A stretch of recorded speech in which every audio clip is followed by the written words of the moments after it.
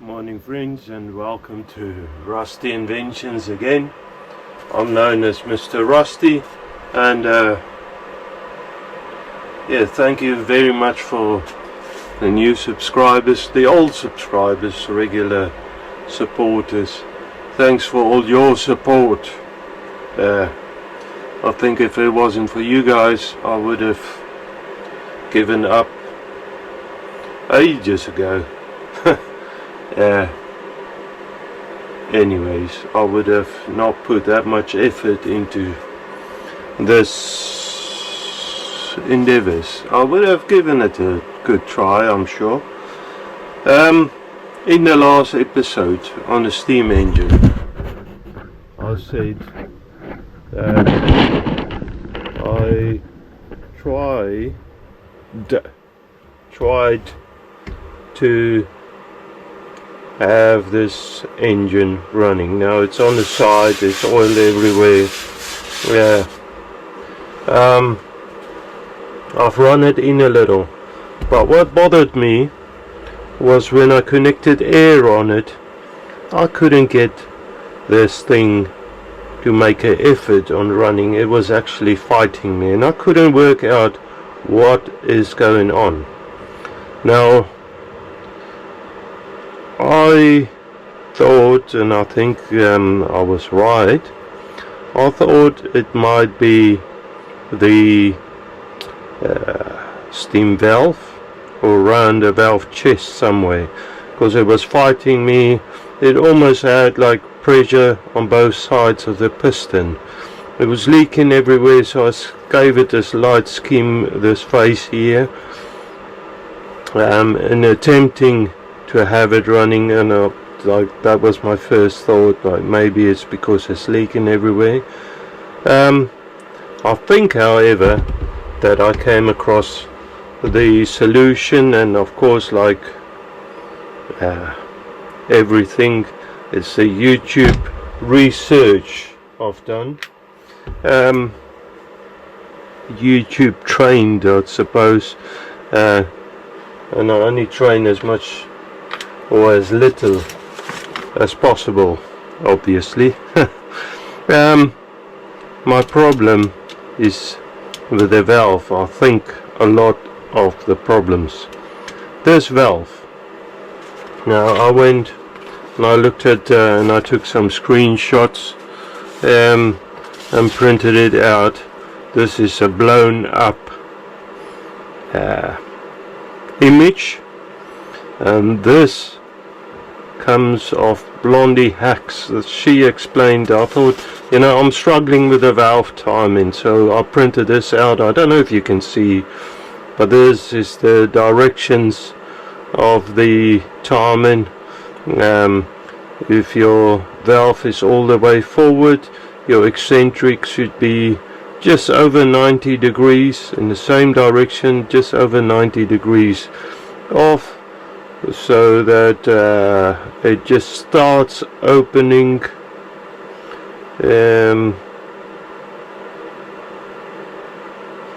on these ports. Now, okay, so timing I knew I struggled to set, and then the valve chest. Now, as you can see, and hopefully you can clearly see that is quite big. This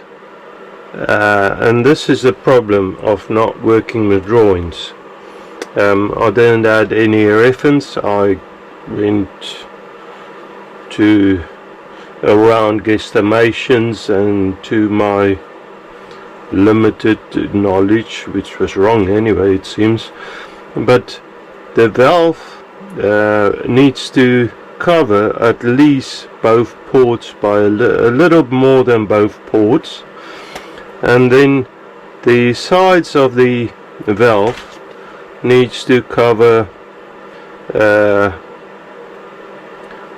one of the ports, or both ports, and I don't know if I explain it correctly, but the sides needs to be thick enough, and the overall sides of it needs to be big enough so it covers a little more than both ports. So as this slides, the port will open and the opposite port will open, and that's the way it should run. Now with mine, hopefully you can clearly see, let me take this rod out, seeing as I will anyway take the valve out. Oh, now my problem is I need to be careful, there's gland packing in there. I'll probably have to redo that. Mine is smaller than that overall distance, so if mine is in the center of these ports, both, you can see a slot on both sides, only a little, but that's why I'm fighting myself, I think. That needs to be able to cover both ports by a little bit more than both ports. So the overall size needs to be bigger, not by much. I'd say about 3 mil maybe.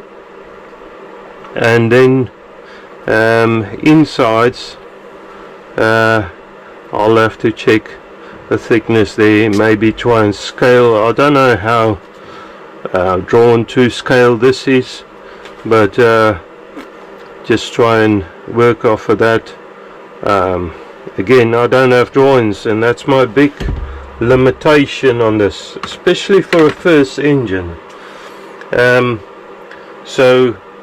Anyways, I need to find a piece of something, brass, or could be steel even, seeing as this is cast iron, but I want to prevent one of them not to rust. In the event of rust, I'll try and keep it oiled up and stuff, especially if I run it on steam eventually.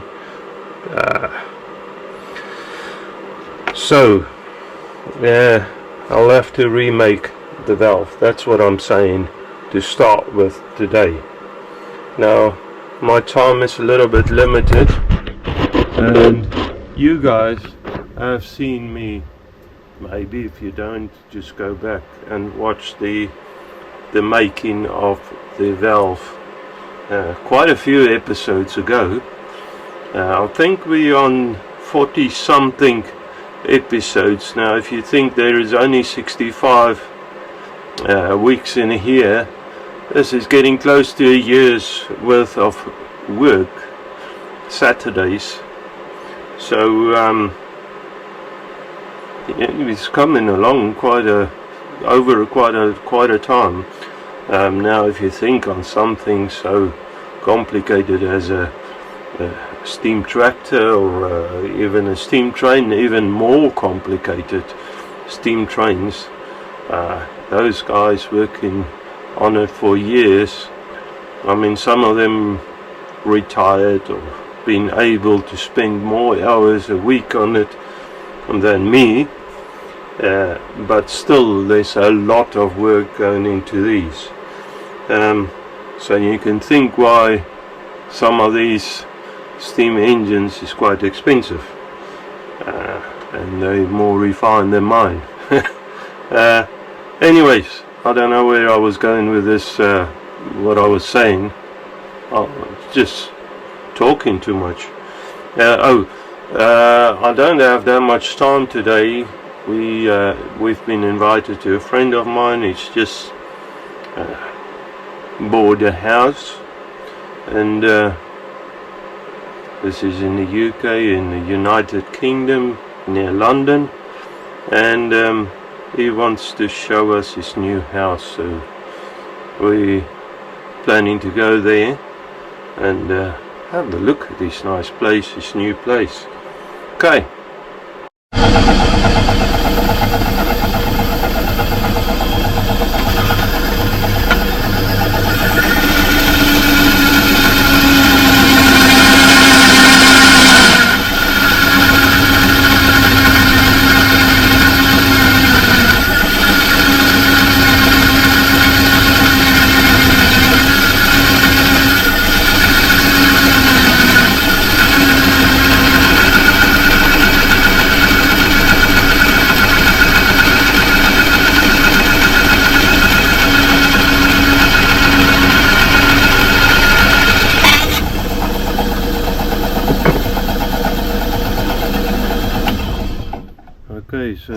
have it.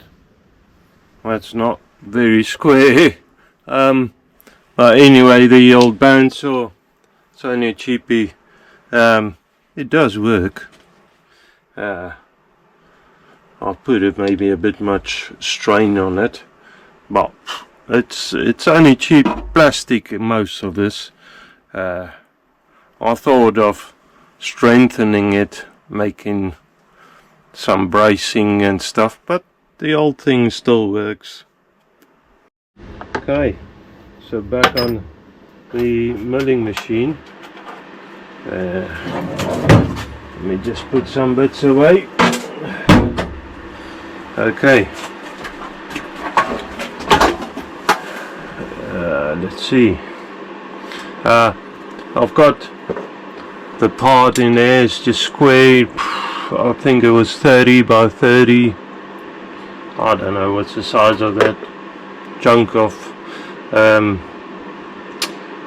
brass. Yes, brass. So I just want to square it off, cut it nice and straight, just go off it, give it a start up.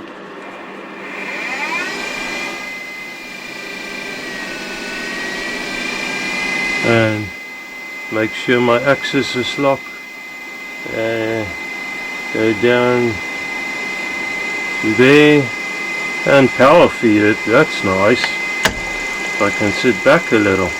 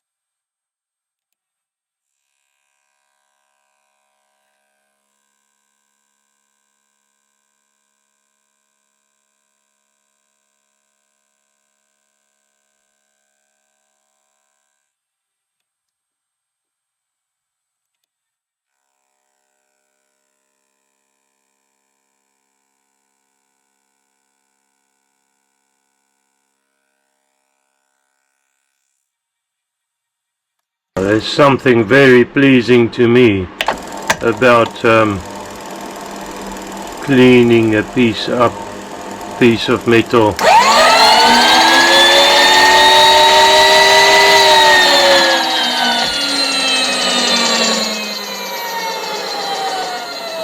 So now that it's cleaned up, I'll probably want to turn it over, and that is very close to dimensions actually. Yeah, I'll just give it a light skim on the other side. Of course I will have to deburr it, but give it a light skim on the other side, opposite side, and then just to make sure that it's flat, although it probably wouldn't matter much if I just use the one side on the machine. Okay, so let me check sizes. This is way oversized, so I think maybe I'll go back to the bandsaw and lose some of the bulk, because I mean, it's only gonna be small pieces, but I could use it in other parts. So the width of the slide valve is alright, it's just the length.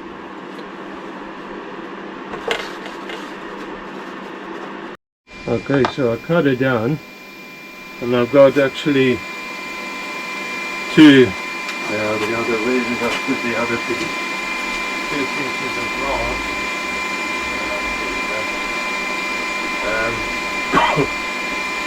I've got two pieces of spare brass. Now this, it's going into the spares drawer. Could use it for something else. Touch off first. Actually, just before I do touch off, let me just knock it down a little. Yeah, that feels not good. Let me just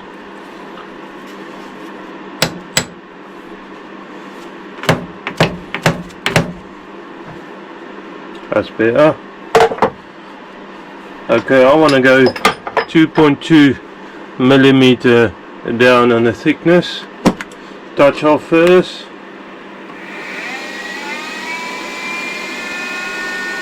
And then I'll reset the DRO.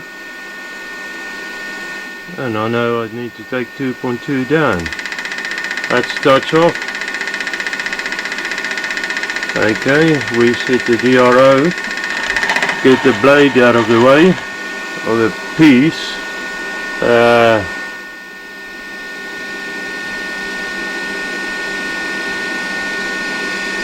There you are.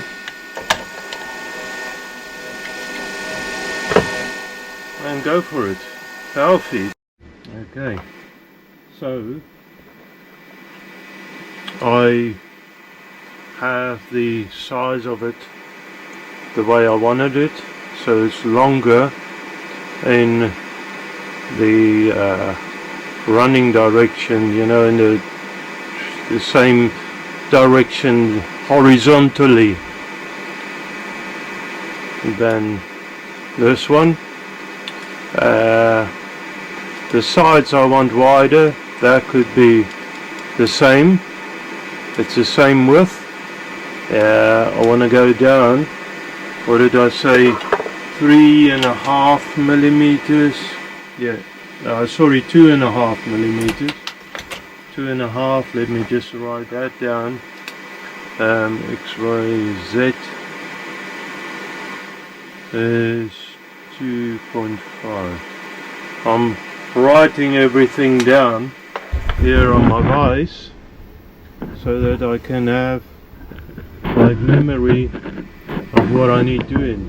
Now I hope the screen is fine, because my monitor is actually, let me just wipe your face like a mom.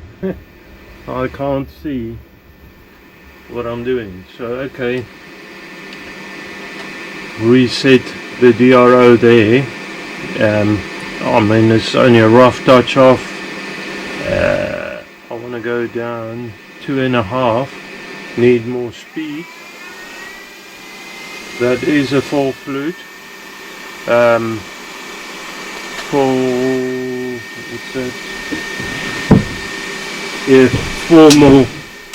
Full flute end mill. So plunging is not great, but let me see which axis did I lock off now. Let me just make sure everything is locked off.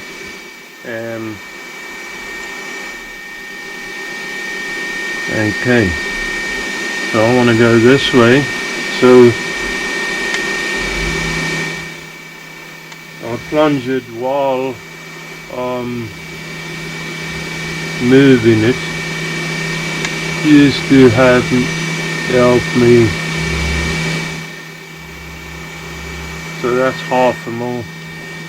I wonder if I should actually use the power feed, because it's actually quite small spacings.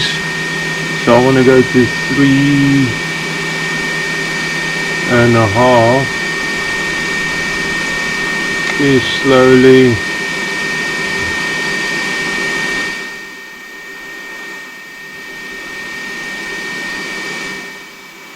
I'll open it up a little later on. And so I'm just after 3.5.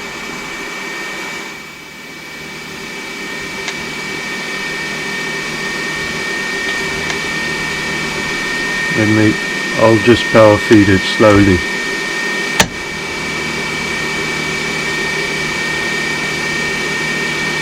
Three, 4.2, 3.3, 3.4. I'll lock the axis there, and turn this back on a Y. I want to go 4 mil, so I'll just go 4 mil off the center. So I'll just go under 4 mils, like 3.9 off the center.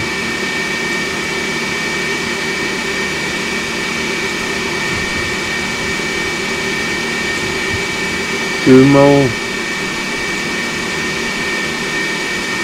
2.9, 3.5, getting there slowly, 3.8, 3.9. So I'll stop it there, power feed it back.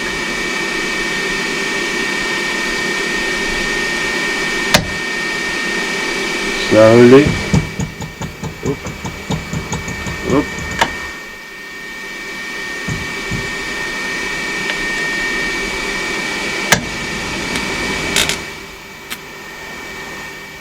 Get a bit of visual on what we're doing.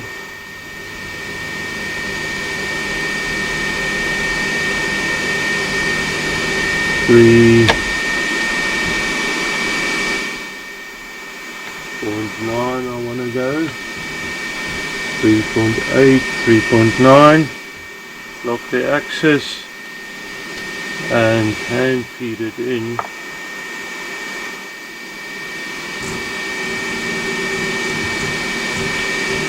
Now my hand feed is not as even as the machines, and I want to go 3.9. and then I'll go back just to the center, take out that center section, so that's it, 1 mil off the center, 1.5, 2 mil,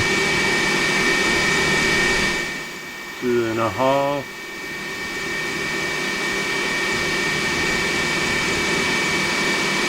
3 mil, 3 and I want to go 3.5, so just under 3.5 to 3.4. That's it. You load that. Okay, I'll just take the center out of that.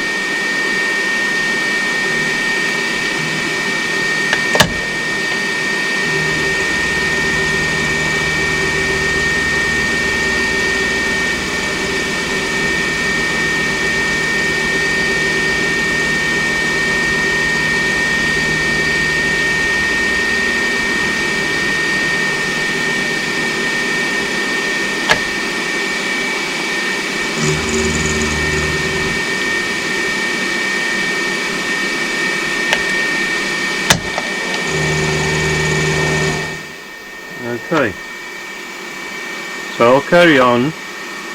I'm at 1/2 mil deep, so I want to have it at 2.5, 2.5, so I'll carry on.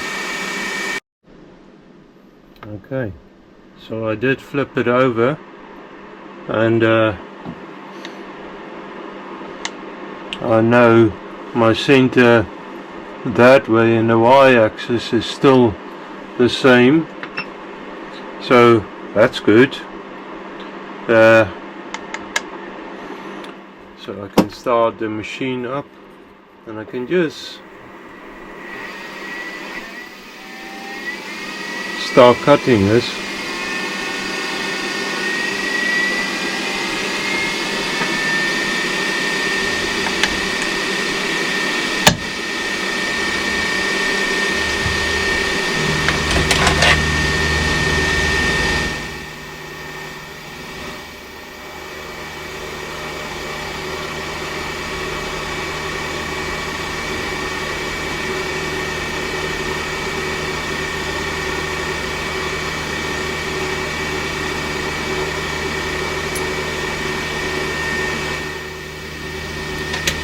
So I want to go down 5.8, so Z axis or Z axis, the English say Z for some reason. Z axis, I want to go down 5.8, so I'm cutting a mil at a time, slow, that's alright.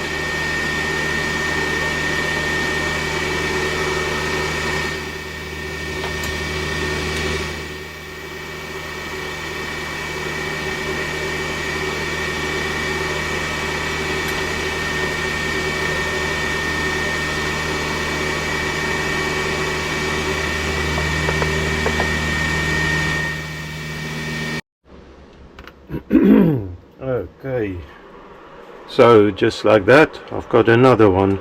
As you can see, it's bigger.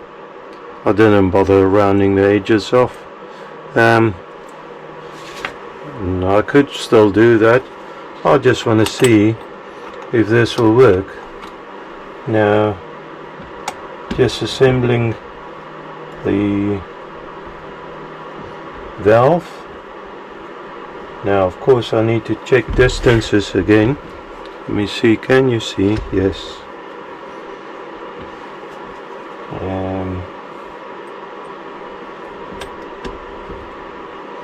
First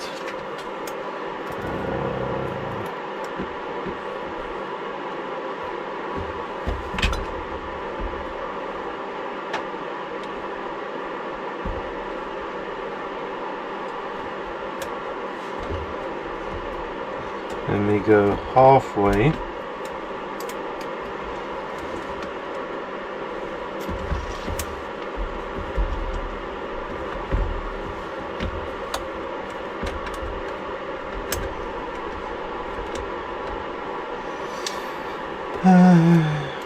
This might take a minute. So that's halfway. So 90 degrees. And I want to check that my valve is sort of in the center of the holes, which it ain't, because there's a gap there. So I want to move that distance over. Let me try again. That's pretty close, maybe a little more.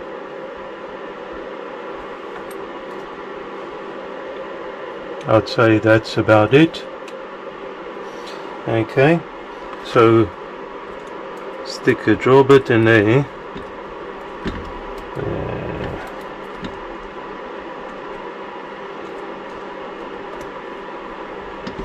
Now hopefully you can see what I'm doing. Struggling. That should be pretty obvious. Let me do this first and then I'll get you back in. Okay, so I don't know what to expect. I connected it to the whatchamacallit again. Let me just get my oil and stuff ready, because I need to oil everything up again. And this is only a thin machine oil again.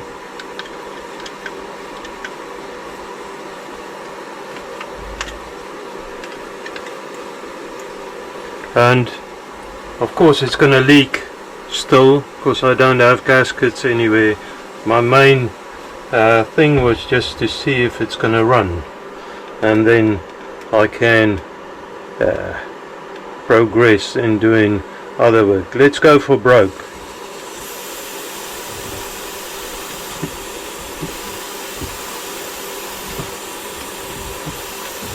maybe up the pressure. Now it's leaking still everywhere. The compressor kicked in.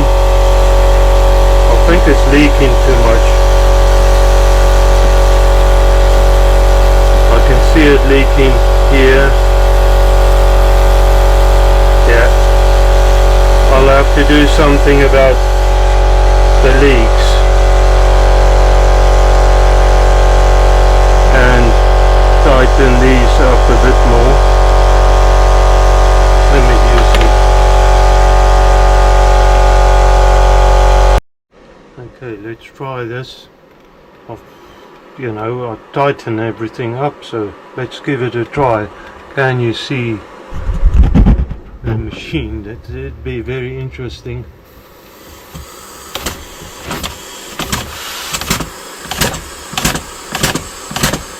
It wants to run. Oh,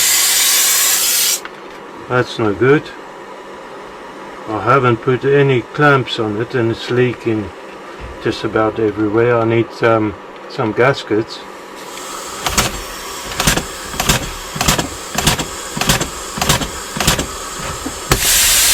Oh, come on. I'm sure it'll be running soon. It's willing, but not there yet. Okay? Look at that. It's still leaking, as I said. I don't have all the gaskets on, but it's running. It shows me promise, so I need to sort out gaskets and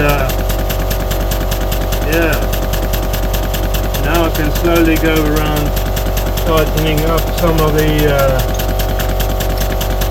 bits.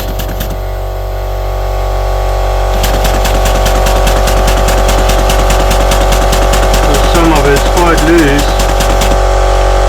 Oops.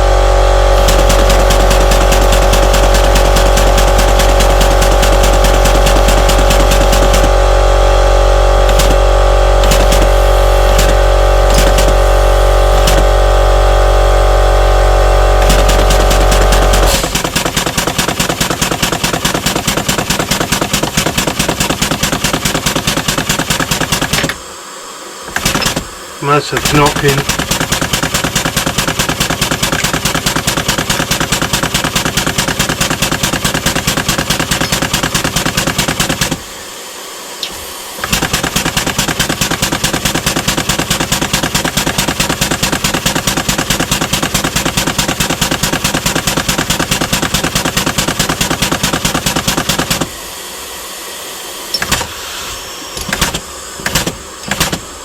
I still need to sort out the timing a bit better as well.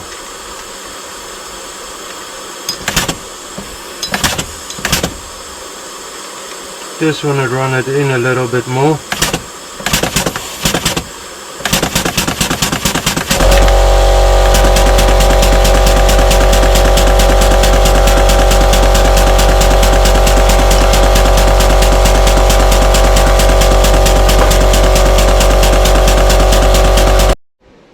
Okay guys, so it does run. I'll put gaskets in, but I struggle a little to seal it up, especially around the ends. Not the flanges. There's only gasket on the cylinder, so I'll have to do something about that. Set the time in is not the best way. Putting the grub screw straight through the eccentric strap.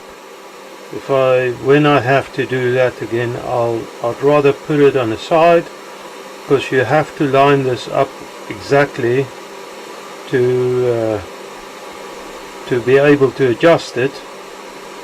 And when you line this up, that is the crank is in the wrong position and it's just chaos. So you go backwards and forwards. So I mean, it's making a heavy whistle at the moment, but it does run. I need to sort out The gasket surfaces, I think, is the main thing at the moment, because it's leaking. I can see where it pumps out. I'll run it a little, but fair warning, it whistles a lot.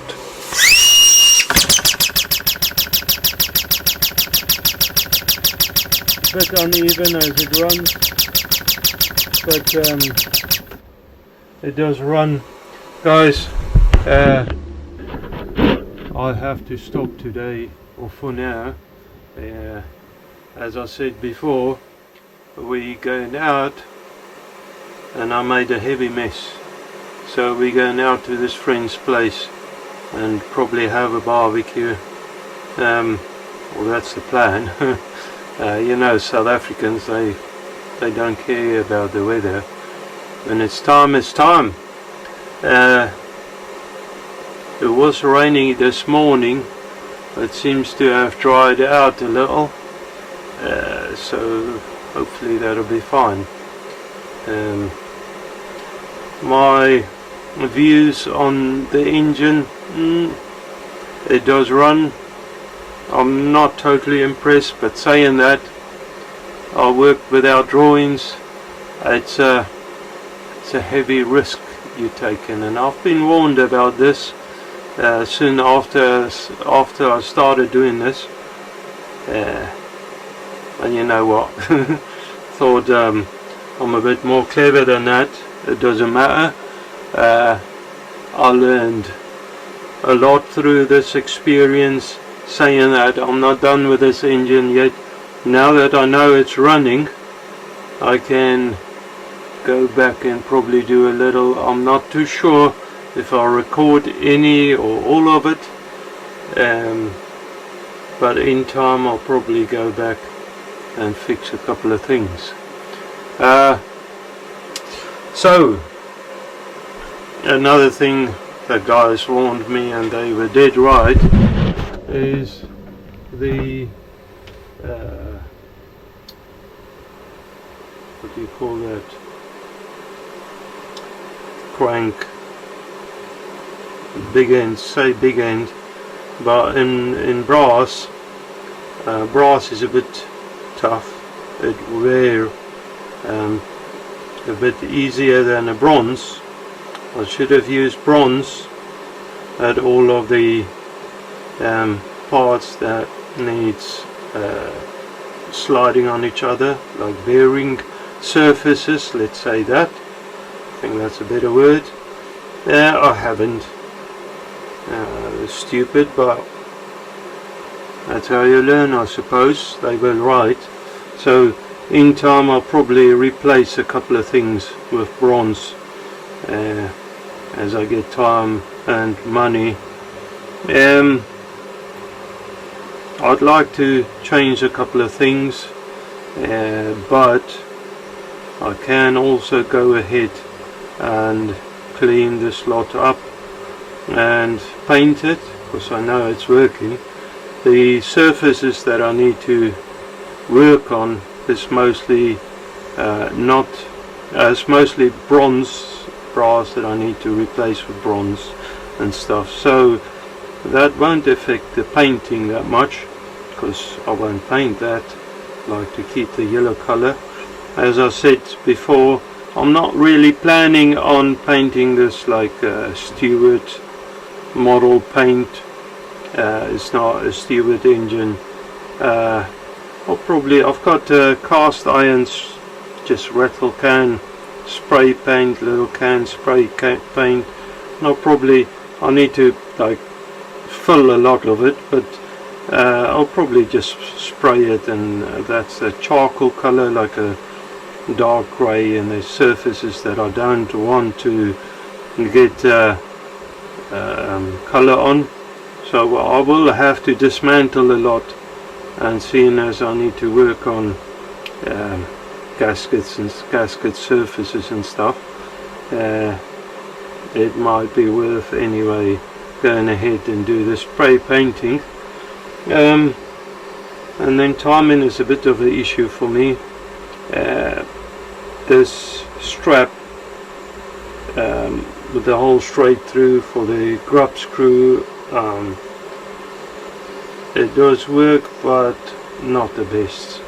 It's better to be able to change the timing without having to move it to a specific spot on the, you know, when it all lines up. Yeah, but all in all it does work, so there is that. So I'm grateful, but there is a little bit of improvement still to do. My plan for probably next couple of episodes, let's probably work on this still a little, probably, I don't know, but I have, let me just, sorry, get the pressure off that setup. My plan is that I need quite a bit of shop tools and fixtures and all of that. I need to work a little on the machines. It needs servicing. This machine, nice, very nice milling machine, but I never like proper serviced it. I only oiled it. So I think it's a bit time, like probably once a year or so. I don't know when last it was serviced, but give it a good service. Same with the old lathe. There's a couple of things that I wanted to do on it, especially on a lathe. Upgrades. You might not all like the upgrades or the things that I wanted to do, because I mean, it is an antique, it's an old lathe, but make it a little bit more worker friendly and friendlier to my specifications, my needs. So there's that. And guys, I'm just chatting away. Let's see what happened next week. I'm gonna call it a day. I hope you have a wonderful day, a wonderful weekend ahead, and as always, may God bless you, and thank you very much for your support, all the hypes, all the likes, all the subscribes, and all of that. Thank you very much, and okay, bye.